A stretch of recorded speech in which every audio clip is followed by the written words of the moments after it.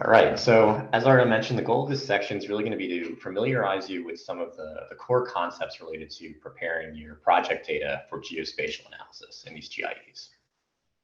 We're going to focus on a few different topics, such as defining your units of analysis, preparing or converting your raw project documentation and other sources of data into a geospatial data format, and then linking that geospatial data with other project information you might have on hand. So before we dive into those topics, I wanted to spend a few minutes briefly looking at some of the geospatial data basics that are involved. This is going to include geospatial data types, characteristics and spatial operations we might be using, and some of the tools you can use for working with spatial data in general. Now, at its most basic level, geospatial data is really just any information tied to a location on Earth. There are a lot of different ways to represent geospatial data and really nearly infinite different things which you can connect to locations. Geospatial data can include satellite imagery, country boundaries, household survey locations, social media posts that were geotagged, locations of development sites, road networks, many other things. And while those all come from very different sources, the really great thing about geospatial data is that they're all connected through this common frame of reference because they all just have a geospatial element to them. They're all somewhere on the Earth. That means we can merge all these different types of information together and explore relationships, perform analysis in ways that simply aren't possible without this spatial data, this core connecting element to them. So in a few minutes, we're going to revisit some real examples of different types of spatial data from past GAs. But for now, I just wanted to give you a sense of some realistic ways you might encounter geospatial data for development projects. So you could have GPS coordinates done collected from household surveys. You could have field workers who walked plot corners or routes of dams that were developed. You could have worked with implementers or construction firms who provide you with paper maps that show the extent of project sites. And as I mentioned before, as varied as all these different sources could be, they're all ultimately just tied together by that locational information. So the next step is understanding how we represent those locations and related information in a standardized geospatial format. So in general, all geospatial data boils down to two core formats. The first is vector data, which includes points, lines, and polygon features, as you see here. Points are just what you think of as coordinates, an X and a Y location. Lines are a series of those points that are connected. This would be something like a road or a stream. And then polygons are just a closed shape represented by points. So this is a building, administrative unit, something like that. There are some more complex features you can use with vector data, such as multi-polygons or arcs, but they all essentially build on these three fundamental types. Just sort of recapping the vector data stuff, I was talking about the points, lines, polygons here. Some of the common file formats you might use to store this vector data, you might have seen before, are shape files, GeoJSONs, or GeoPackages, all very common formats.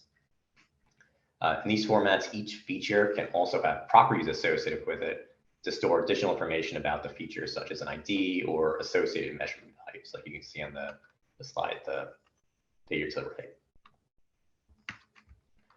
The second core form of geospatial data are rasters. Rasters are essentially a spatially referenced image where each pixel in the image is tied to a specific location and has a measurement value associated with it. Raster data is typically associated with satellite imagery and measurement data sets, which Kumar will explore with you more in the next session today. But I include it now so that you can get a sense of, you can start to think about how the geospatial data you generate or acquire to represent project information can be used alongside other data sets in raster formats, such as nighttime lights or land cover. Probably the most common file format you're going to see for raster data is the GeoTIFF, which simply adds a geospatial element to the common TIFF image file format. One of the fundamental elements of raster data that I want you guys to keep in mind is the resolution of the data. The resolution of raster data is essentially how much physical area on the ground is represented by each individual pixel in the image. It's a critical consideration when determining whether the raster data set you're looking at makes sense to use with your project data. So for example, if your project data consists of small 100 square meter farms within a broader 5 square kilometer region, it wouldn't make sense to evaluate land use change with a satellite-based land cover classification represented by a raster with a resolution of 5 kilometers. The farms would be much smaller than the resolution of the data, so you're not going to see any change across the farms. Also mention that sometimes, even when the resolution seems coarse to the human eye, like the 8-meter example here, spatial algorithms may still be able to pick up meaningful trends. Ultimately, this kind of just depends on the context of your analysis and how you intend to use the data. We'll get more into that in the later examples. So how can we use vector and raster data together? At a very basic level, either format can be transformed into the other. Vector data can be disaggregated into raster data with user-provided resolution, as you see on the left here. We take a vector format and break it down into individual pixels representing that feature. And raster data pixels can be aggregated to form vector features, as you see on the right. You're not likely to dive into the specifics of these transformations, but they're the basis for an important fundamental spatial operation you're almost certainly going to incorporate called the zonal statistics. So zonal statistics allows you to take a vector representation of your project data, like a project site, and extract statistics from raster data, measurement data such as nighttime lights that overlap with each vector feature for your project. So in this example, we have raster data measuring vegetation using NDVI and polygons defining project sites. Using the zonal statistics, we can extract the average level of vegetation from all the pixels in the raster data at each project site, and then export and explore those in a tabular rather than a spatial format to do visualizations or analysis using Excel or any other tools you would work with for any other kind of data. So before we move on, I just want to take another brief moment to mention some of the different tools that are available for working with geospatial data. Two of the big desktop tools are QGIS and ArcGIS, and they're both going to support nearly any kind of visualization or geospatial operation you might want to do. Without going too deep into the differences, QGIS is free and open source. ArcGIS requires a license, but both of them are really going to satisfy any type of work you're going to need to do. Now, if you prefer to code or need to perform a lot of custom analysis, automate your data processing, you might want to use programming such as Python or R languages. These are probably the two most well supported in terms of the different communities and packages, libraries they have available, but there's definitely support for other languages if you're more familiar with them. And then finally, later on, Kunwar is going to explore using Google Earth Engine, which is a cloud-based tool and sort of mixes a user interface and coding in a really powerful way. There's lots of great communities and tutorials for that online as well to cover all the different kinds of spatial analysis you might want to do. So moving on to our first main section, one of the first things you're going to want to do when you're considering a geospatial impact evaluation is think about your unit of analysis. This is going to be the geospatial feature that is associated with each of your samples and could be a field, house, village, or grid cells over project area. So a key thing here is to recognize that a spatial unit of analysis is not always as clear-cut as a unit of analysis in a non-spatial study. This is particularly true when it comes to development projects. So if you think about many non-spatial studies, unit of analysis for an intervention is very well defined. It's easy to understand. Giving a pill to an individual for a disease, the individual person is the unit of observation. But typically with development projects and spatial analysis, you need a more theoretical basis for why you're making that selection. So if your project builds irrigation canals, which you have spatial data for, you would likely want your unit of analysis to be some buffer of some size around the canals, not just the canal itself, to actually capture nearby impacts. But the specific size of that buffer depends on how far from the canal do we actually expect to see irrigation benefits. You make your buffer only 5 meters around the canal, that's not going to cover a whole plot. So you make it 1 kilometer, 5 kilometers. Ultimately, the spatial definition of your unit of analysis has the potential to impact the outcomes, the types of data choices you make to include in your models, your results, and the implications of your findings that kind of day. In many cases, you may actually end up testing multiple units of analysis to look at different outcome metrics or ensure your results are robust, explore variation in impacts at varying distances of project sites. So you can look at whether those irrigation projects had more impact in the 1 to 5 kilometer range versus the 5 to 10 kilometer range. So what I have here is not an exhaustive list of potential units of analysis, but I just wanted to share some of the examples of what a spatial unit of analysis might look like for different project types. A key element here that I want you to take away is that there's not always just a single right option for what the unit of analysis should be for a project. For example, if you want to measure irrigation improvements at the field level, having a polygon defining the exact shape of the field would probably be ideal, but having just a point somewhere in the field can also be sufficient. A good case where that would be enough would be if your fields are fairly regular in size, you have a point roughly in the center of each one, you could fairly reliably use a buffer or a square around that point to get a good representation of the field while doing a lot less work than actually collecting the full boundary of that field from field work. Ultimately, deciding whether a point is sufficient for your work or you need those exact boundaries comes down to the specific analytical approaches you're using and other data you intend to use. So as we go through the rest of the training today and tomorrow, some of our past GIEs will give you a sense of how we've made those choices ourselves. So now let's explore some of the common types of units of analysis we might use. The first one is buffers around points, lines, or polygons representing project sites.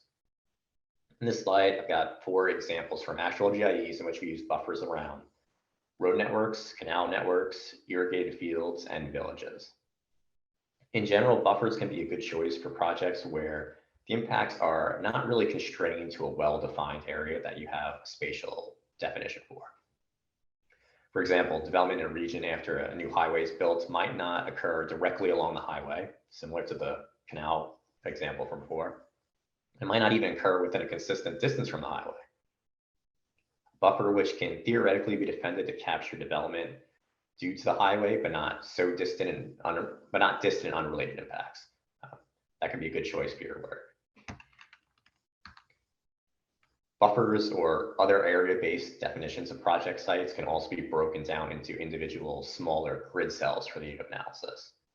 Grid cells can be a good choice when the statistical analysis method requires more units of observation or when you want to measure precise change across your project regions, not just like the region level as a whole. At that point, you might be wondering why not just always use grid cells and get that extra layer of information, but there are some potential disadvantages to consider.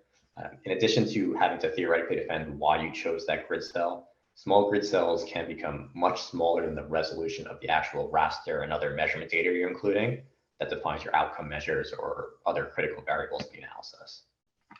So even though you have that smaller unit of analysis, you're not going to be able to pick up change if the other data you're tying to those units of analysis isn't the same resolution. Often one of the best units of analysis you can have is just the existing precisely defined intervention area. An example might be an irrigation project where each site served exactly 3 fields and you have a polygon defining every field precisely. Unfortunately, this level of precise geospatial data is not usually recorded for development projects, and generating it from the start can also just be costly. Now, with broader scope projects, it might also be more useful to use the administrative boundaries for an area as the unit of analysis. These can be a good choice if you need to join data from other surveys or census rounds, which are tied to those administrative boundaries. One of the big challenges with using administrative boundaries is when they change over time. So even when spatial records of those changes exist from the country's administrative records, it can be difficult to actually account for how those spatial changes impact the project in your causal analysis. So administrative boundaries can also vary in size substantially across the country, which can introduce its own problems depending on the analytical approach. So far, I've primarily talked about project data that is already in a prepared geospatial data format, just to give you an example of units of analysis. But more often than not, the actual location information you have available from project records is not ready to immediately be turned into a unit of analysis. Many times it's not even in a usable geospatial data format. So in this section, I'm going to skim through a number of different approaches to prepare geospatial data that we've used in previous J's, just to give you a sense of what is possible when working with different types of project data. Now, I'll start off with a pretty easy example where we're provided with the precise geospatial data of project sites. In this GIE, the exact boundaries of indigenous lands were recorded to track impact of legally recognizing ownership of these lands on deforestation. Our unit of analysis was the exact boundaries, and the evaluation looked at deforestation rates before and after legal demarcation within the boundary. Now, a more complex example using precise project data was an evaluation of mine clearance activities in Afghanistan. In this evaluation, we had the precise boundaries of areas which had been cleared again, but we used several different units of analysis derived from those boundaries to explore different impacts. So the precise boundaries were used to evaluate land use and land cover changes, but then we used 1 kilometer grid cells within those boundaries to evaluate economic activity based on nighttime lights. Then we used villages proximate to those boundaries to explore impacts from different metrics from household surveys. And then we used large 10-kilometer grid cells overlapping with the boundaries to evaluate conflict. And then finally, district-level administrative boundaries were used for a non-causal analysis of aid distribution and economic activity. An interesting situation that's surprisingly common with projects in the development space is only having images or scans of maps and not the actual geospatial data that was used to make the map.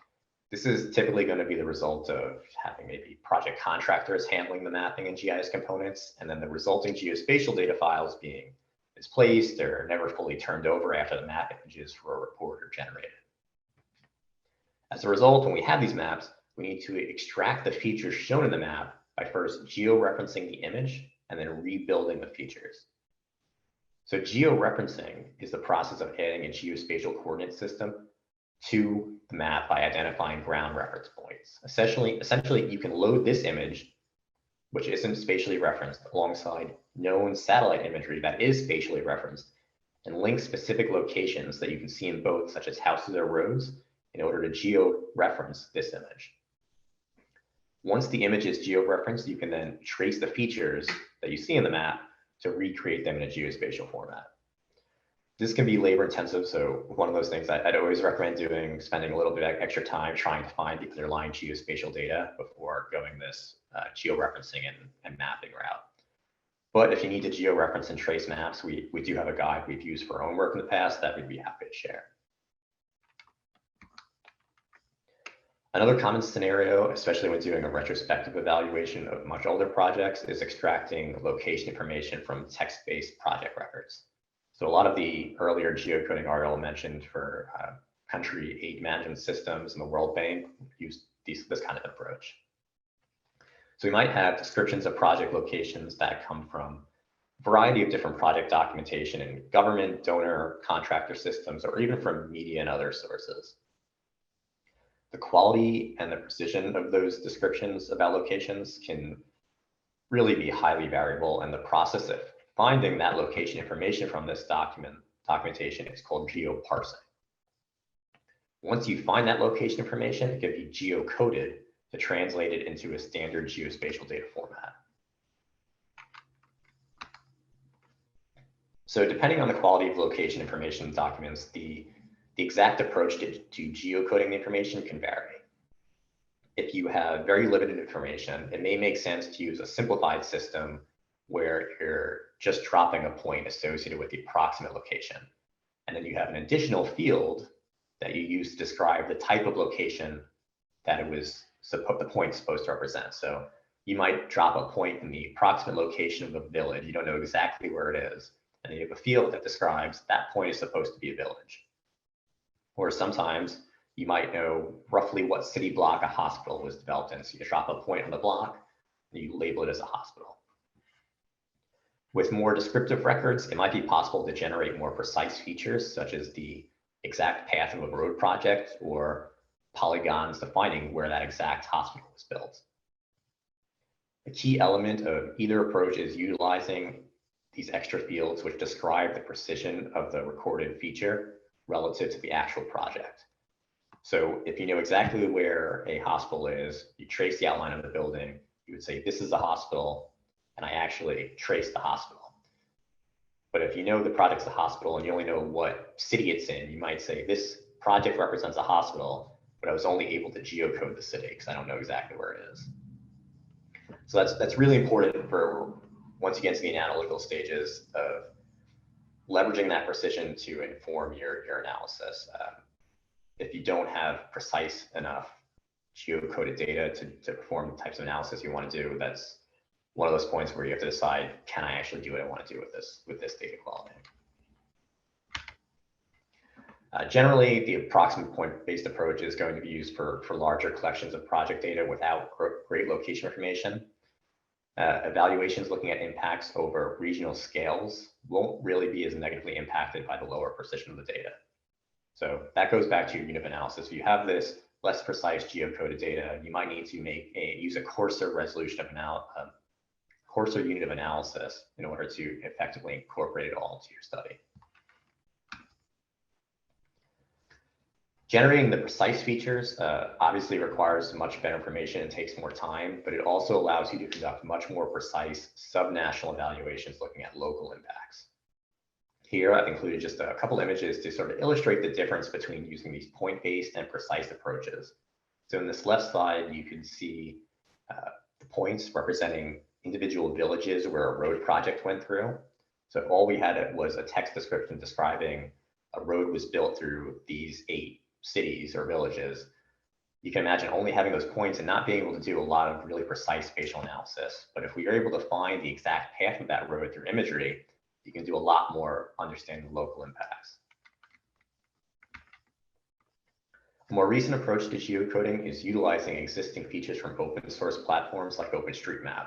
So instead of creating these features yourself, you're using a user community-driven effort to trace roads and other public features. So OpenStreetMap is just a public user-generated database spatial features describing essentially everything in the world. So buildings, roads, administrative zones, parks, bus stops, really anything else you go out in the city and see, it's probably recorded in here. Coverage does vary around the world based on user activity, but these days it's pretty good in most areas. We've leveraged OpenStreetMap data to geocode ADATA's global Chinese development finance dataset. The main caveat here is using this approach it works best for projects that describe something with a physical footprint, like a road or a building, something that is more like a community health program. It doesn't have a specific area, it's sort of widespread. It's hard to use OpenStreetMaps for that. That said, there is some flexibility with an OpenStreetMap for less specific features, and you can contribute your own features when they don't exist. The last approach to generating geospatial features from project data is actually going out and collecting the geospatial data yourself. There's a lot of different ways of doing this, but essentially it involves sending people into the field to record GPS locations or walk paths. The image here is the result of recent fieldwork testing a few different of these approaches to mapping farm plots in Ghana. So the less precise one is actually just collecting the corners of plots with the GPS, and the green one is having a field worker trace the specific outline of those fields. So a key point I want to make before moving on to the next section is that however you generate your data, whatever you find is best, it's critical that you have a unique identifier that can be associated with the project feature. This might come from project records or be an arbitrarily generated number or follow some methodology unique to your data and evaluation. For example, if you have a precise project site, which you are testing with variable buffer sizes and then splitting into grid cells, your unique ID might combine a project site ID from your project records, the size of the buffer, and then the grid cell number. The important part is that you're just consistent and you use this identifier for all different sources of data associated with a project that allows you to link it all back together. So on that note about joining other project data to your geospatial data, we'll briefly discuss some project metadata before I take some of your questions. So metadata in general is really a broad topic that varies depending on your project and can cover any additional information tied to your project sites that you want to include alongside your geospatial project data. A few examples are project date, start end dates, implementing agencies, project costs, or other financial information. Key things I want to note are all really just aimed at making your lives easier when collecting this data. Sometimes all the project information or metadata are already available in a clean tabular format. You can just merge with your geospatial data on some unique ID. But sometimes you might need to extract that information from project records, like the same text documentation used to find location information might have interspersed information about the start dates. In all cases, I suggest first determining what project information is already available and what you need to extract, to avoid having to go back through and search multiple times through your documentation. Then determine an approach to extract and standardize all that information. And when documentation across a project varies, perhaps due to different implementing partners, standardizing that data is going to be critical. Finally, and perhaps most importantly, as I mentioned before, always use that unique identifier. That's going to tie your metadata to your geospatial data. I have here just a table which represents a portion of the metadata from a recent GID where the FID field represents the unique identifier that links the metadata table to the geospatial data. Additional fields we've included here are the type of project, the site name, and the year it was completed, and the size of the project site. For this subset of the project sites in the GID, the metadata was already compiled in a spreadsheet, but for other sites, we had to actually extract that project information from PDF copies of maps, like I mentioned before. So here you can see an example image from a PDF map of a project site that contains some additional information about the canal project. So in addition to georeferencing and tracing the canal route on these maps, our team also had to extract and record the metadata from this PDF into a spreadsheet. So we have the canal product ID, which was our unique ID for both the geospatial data and the metadata, which we ultimately were able to use to join that spreadsheet and the geospatial data. I think that's it, and we have a few minutes for questions before we take a short break.